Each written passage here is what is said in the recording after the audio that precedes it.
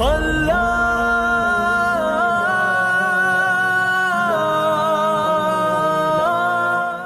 علیکم ورحمۃ اللہ وبرکاتہ۔ مکرم و محترم ناظرین گرامی، امام بخاری رحمۃ اللہ علیہ بہت بڑے محدث گزرے ہیں۔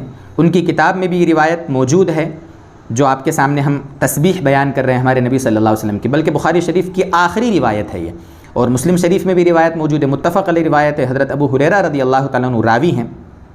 نبی اکرم صلی اللہ علیہ وسلم کا ارشاد نقل کیا ہے، آپ صلی اللہ علیہ وسلم فرماتے ہیں کہ دو کلمے، کلمتان خفیفتان علی اللسان، دو کلمے، دو تسبیحات، دو جملے ایسے ہیں جو زبان پر بہت ہلکے ہیں، یعنی انسان آسانی سے ان کو پڑھ سکتا ہے، ہر انسان پڑھ سکتا ہے۔ ہم آپ کو اسکرین پہ لکھیں گے بھی انشاءاللہ۔ کلمتان خفیفتان علی اللسان ثقیلتان فی المیزان۔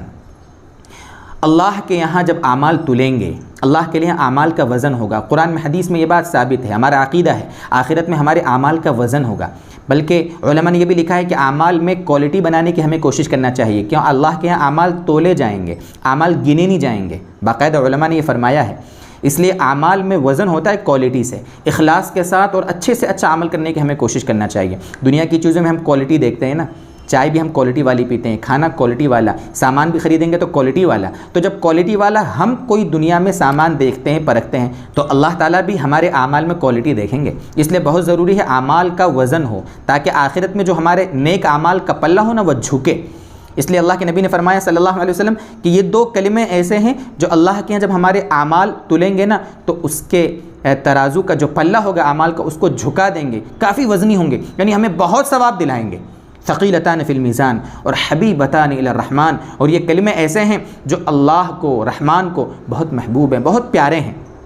وہ کون سے کلمات ہیں جن کی یہ تعریف ہو رہی ہے؟ سبحان اللہ وبحمدہ سبحان اللہ العظیم۔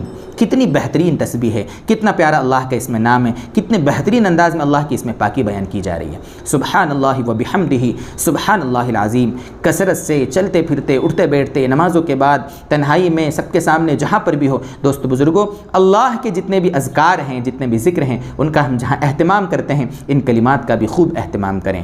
اللہ تبارک و تعالیٰ ان اذکار کی، ان تسبیحات کی اور ان کلمات کی ہمیں قدر کی توفیق دے، اور اہتمام سے ہمیں اللہ تعالیٰ ان کلمات کو پڑھنے والا بنائے۔ وآخر دعوانا ان الحمد للہ رب العالمین۔